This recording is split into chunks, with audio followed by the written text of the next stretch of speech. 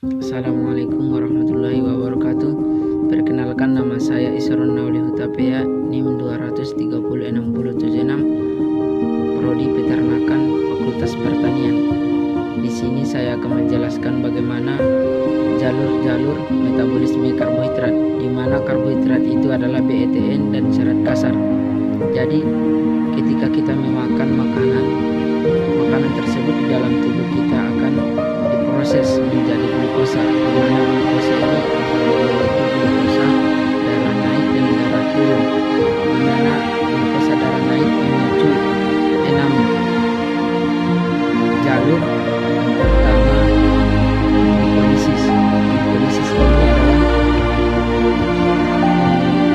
pelepasan energi, di mana proses glikolisis ini terjadi di sitosol.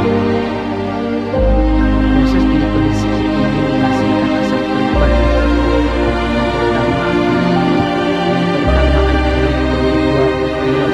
Dan menghasilkan ATP.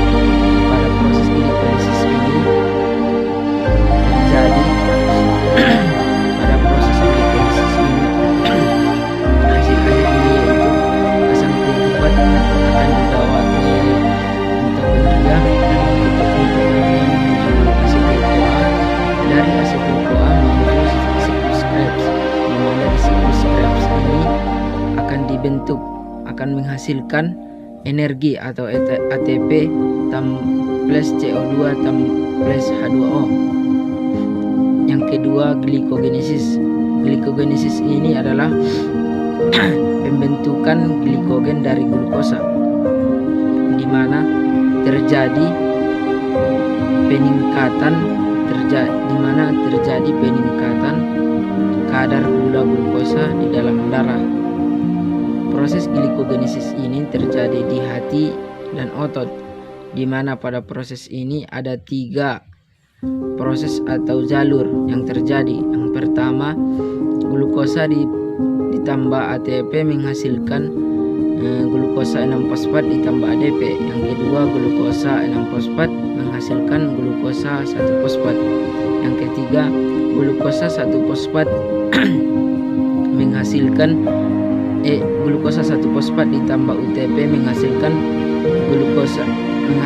UDPG tambah glukosa. Jadi, karena glikolisis ini adalah proses pemecahan glukosa menjadi asam sulfat, ATP, dan NADH. Sementara pada glikogenesis ini proses pemecahan glikogen menjadi glukosa. Yang ketiga yaitu oksidasi asam sulfat. Oksidasi asam sulfat ini terjadi di mitokondria, di mana oksidasi 1 mol sulfat akan menghasilkan 1 mol asetil-CoA dan menghasilkan 2 mol ATP. Pada oksidasi asam sulfat ini reaksinya sangat memerlukan yang namanya TPP atau tiamin porifosfat. Defisiensi tiamin adalah penumpukan piruvat, di mana alkoholik menjadi defisiensi tiamin, dari defisiensi tiamin akan menjadi asam laktat atau piruvat. Yang keempat, hempesan, di mana hempesan ini jalan lain untuk oksidasi pada glukosa. Pada hempesan ini tidak bertujuan untuk menghasilkan energi atau ATP, di mana yang sangat aktif dalam hempesan ini yaitu hati, kelenjar lemak, dan eritrosit, dan lain-lain. Dalam proses hempesan ini ada 3 fungsinya. Yang pertama, pembentukan NHDPH menjadi untuk sintesis lemak. Yang kedua, pembentukan pentosa menjadi ribosa.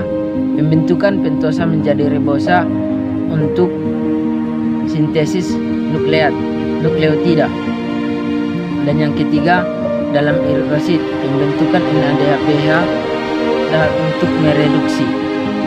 Yang kelima yaitu glikogenolysis, di mana glikogenolysis ini adalah proses pemecahan glikogen. Jadi pada glikogenolysis ini terjadi di dua tempat. Yang pertama di otot, yang kedua di hati. Yang pertama di otot itu fungsinya yaitu untuk memperkuat atau mempertahankan otot-otot tubuh kita. Yang kedua, di mana hasil akhirnya asam piruvat atau laktat akan menjadi glukosa 6-fosfat yang dihasilkan oleh glikogenolysis yang terjadi di jalur glikolisis di dalam otot. Dan yang kedua yaitu di dalam hati, fungsinya pada kita yaitu untuk mempertahankan kadar glukosa darah kita di antara dua makan kita, waktu makan kita. Jadi di mana glukosa 6-fosfat ini akan diubah menjadi glukosa. Terus yang keenam yaitu glukosa darah, di mana glukosa ini dapat dipakai oleh seluruh kelenjar tubuh kita, di mana glukosa darah ini disimpan di hati dan otot atau di glikogen dan di jaringan lemak. Sumber dari glukosa darah kita ini yang pertama karbohidrat makanan, yang kedua glikogenesis hepar, dan ada hormon yang mengatur glukosa darah yaitu insulin.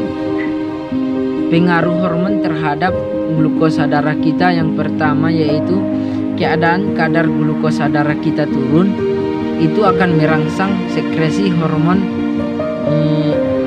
glukogen. Dan yang kedua, ketika keadaan glukosa darah kita naik, itu akan merangsang sekresi hormon insulin. Dan yang ketiga, ketika ada glukosa darah kita darurat, itu akan merangsang sekresi hormon adrenalin. Jadi cukup sekian yang dapat saya sampaikan.